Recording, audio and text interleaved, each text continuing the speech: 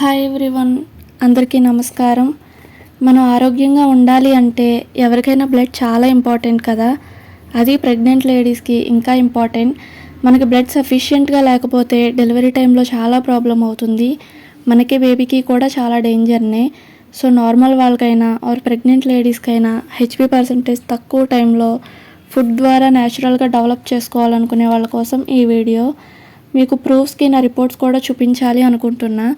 ఎందుకంటే ప్రెగ్నెన్సీ టైంలో బ్లడ్ తగ్గడమే కానీ కన్ఫర్మ్ పెరగదు అని అంటారు కదా, దానికోసం చూపిస్తున్నా. నిజానికి ఆ మాట 99% కరెక్టే. బట్ మనం కొంచెం జాగ్రత్తగా ఫుడ్ని చేంజ్ చేసుకుంటే ఆ పరిస్థితిని ఓవర్కమ్ చేయొచ్చు. ఫస్ట్ మన బ్రెయిన్ పాజిటివ్గా ప్రిపేర్ చేసుకోవాలి. ఇట్స్ ఓకే, ట్రై చేద్దామని. నాకు చాలామంది చెప్పారు కన్ఫర్మ్ పెరగదు అని, ఐరన్ ఇంజెక్షన్స్ తీసుకో అని అన్నారు. బట్ నమ్మకంతో ట్రై చేశా, అయితే అయ్యిద్ది ఆర్ అప్పుడే సజెషన్స్ తీసుకోవచ్చు అని. బై గాడ్ గ్రేస్ రికవర్ అయ్యాను. ఇవి నా రిపోర్ట్స్. ఫస్ట్ 9.8 ఉంది. నెక్స్ట్ చెక్ చేసినప్పుడు 9.4 ఉంది. నెక్స్ట్ టైం చెక్ చేసినప్పుడు 8.6 ఉంది. నెక్స్ట్ మంత్ అంటే 7th మంత్కి 7.9 అలా వచ్చేసింది.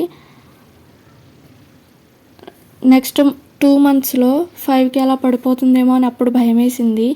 Iron injections or blood packets suggest చేశారు, వెంటనే అన్నారు.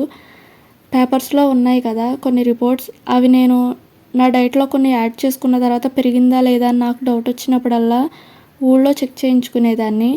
బికాస్ హాస్పిటల్లో అన్నిసార్లు చెక్ చేయరు కదా. ఊళ్ళో అయితే ఫింగర్కి నీడిల్తో గుచ్చి అలా చేస్తారు కదా, సో అలా చేయించుకున్నాను. నేను ఒక ప్లాన్తో ఫుడ్లో కొన్ని చేంజెస్ తీసుకున్నాక 20 daysకే మంచి రిజల్ట్ వచ్చింది. 8th మంత్లో 9.8 అలా వచ్చింది.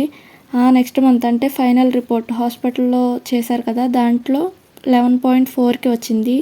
నిజానికి నేనే షాక్ అయ్యాను. మనం స్ట్రాంగ్గా ఫిక్స్ అయితే ఏదైనా చేయొచ్చు. ఇది చాలామంది ఫేస్ చేసి ఉండొచ్చు ఈ సిచ్యువేషన్. బట్ నా లైఫ్లో నేను డైరెక్ట్గా చూసేసరికి చాలా హ్యాపీగా అనిపించింది. ఫుడ్ ఏం తీసుకున్నా అంటే అందరికీ తెలిసినవే, బట్ అవి డైలీ మిస్ చేయకుండా కంటిన్యూ చేసా అంతే. ఎండు ఖర్జూరం అండ్ ఎండు ద్రాక్ష నైట్ అంతా వాటర్లో నానబెట్టుకోవాలి. మార్నింగ్ పరగడుపున ఫస్ట్ అవి తినేదాన్ని. బాదం తింటాం కదా, వాటితో పాటు ఇవి కూడా తినేదాన్ని. బట్ దీంట్లో మెయిన్ పాయింట్ ఏంటంటే నానబెట్టిన వాటర్ కూడా తాగాలి. ఫస్ట్ ఆ వాటర్ తాగి అప్పుడు అవి తినేదాన్ని. పరగడుపున అని ఎందుకన్నా అంటే నైట్ తిన్నదంతా డైజెస్ట్ అయిపోయి మార్నింగ్కి స్టొమక్ ఖాళీగా ఉంటుంది కదా. సో మార్నింగ్ ఫస్ట్ మనం బ్రేక్ఫాస్ట్కి ముందు ఫస్ట్ మనం ఏం తింటామో అది కంప్లీట్గా డైజెస్ట్ అవుతుంది. అందుకే బ్రేక్ఫాస్ట్కి ముందు ఇవి తినడం చాలా మంచిది అని అన్నాను. నెక్స్ట్ అంజీరా కూడా నానబెట్టుకుని తినగలిగే వాళ్ళు పాలల్లో ఆర్ వాటర్లో కానీ నానబెట్టుకుని తింటే మంచిది. అలా నచ్చని వాళ్ళు నార్మల్గానే డేకి 2 తినండి, స్కిప్ చేయకుండా. నెక్స్ట్ బ్రేక్ఫాస్ట్ మీ ఇష్టం, ఫ్రూట్స్ కూడా అన్నీ మీ ఇష్టం, అంతా నార్మల్గానే తినడం.